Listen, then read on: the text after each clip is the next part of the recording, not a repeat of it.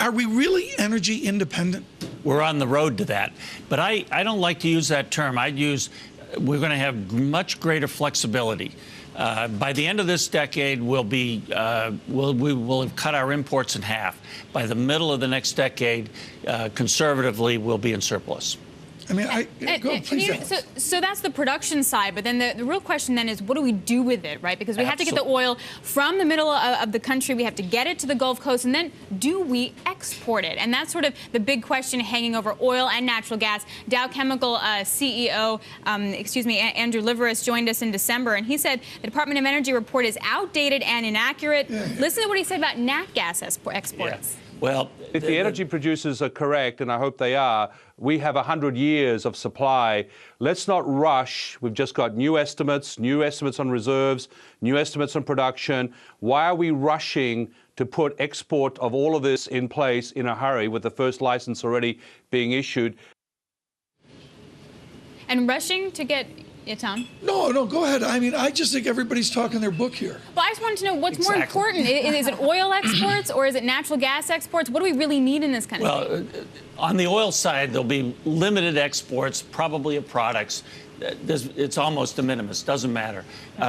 It matters in this sense that oil will be used mostly domestically and will really contribute to a much reduced structural trade deficit that we've had for the last 35 years.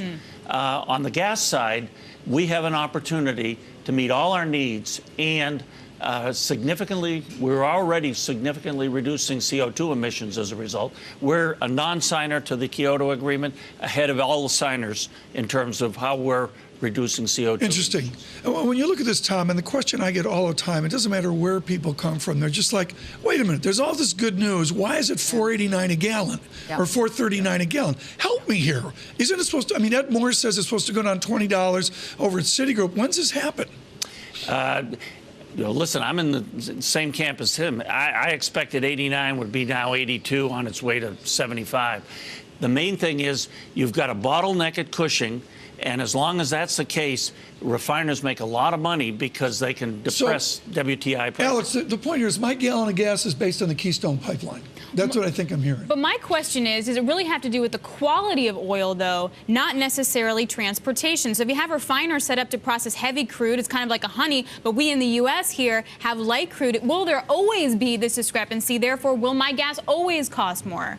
There is a disparity. It'll become more of an issue when we get a little further down the road. But the U.S. the markets are going to adjust to that. They will make the adjustments to begin for the light sweeps for the U.S. crude. Yeah. Over how? I think at Bank of America once Sally Krawcheck threw a stapler at Tom Petrie. I think that. Do you have a question here? Do you have a question for Tom? Did I ever throw a stapler at you? Not that I recall. I do not recall it. It wasn't you. You have a question? How long does this adjustment take?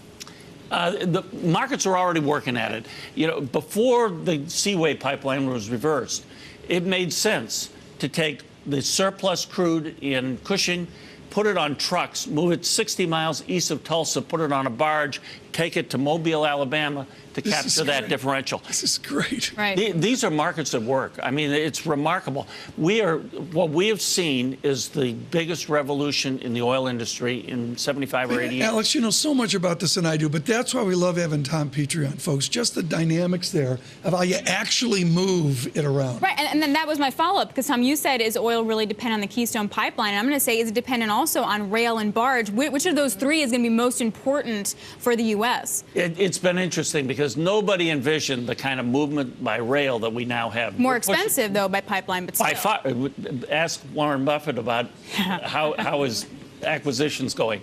And I'm sure he did not factor that in at the time he made it.